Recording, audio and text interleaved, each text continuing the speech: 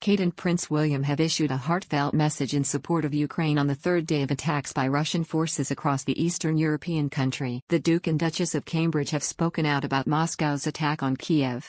Recalling a 2020 meeting with President Volodymyr Zelensky and his wife, First Lady Olena Zelenska, in which they had the chance to learn first-hand of the leader's plans for Ukraine, they wrote, "Today we stand with the President and all of Ukraine's people as they bravely fight for that future." Kate and William's message comes amid reports of deployment of Royal Navy ships, British Army troops and Royal Air Force fighters to Ukraine. According to the Ministry of Defense, MOD, HMS Trent is in the eastern Mediterranean, with helicopters and patrol aircraft.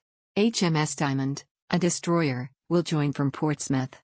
Meanwhile, tanks and armoured units from the Royal Welsh have arrived in Estonia from Germany, and 1,000 troops are to arrive in the next few days, meaning Britain's presence will double. On Saturday morning, Armed Forces Minister James Heappey said the UK is looking to continue to supply weapons to Ukraine as more and more areas across the country turn into war zones. Speaking on Sky News, he said, "We know what the Ukrainians want. We are doing our best to get it to them."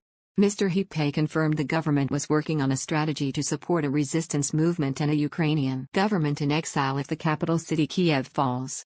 The Ukrainian Health Ministry that 198 Ukrainians, including 2 children, had been killed since Moscow's invasion began, and more than 1,000 had been injured.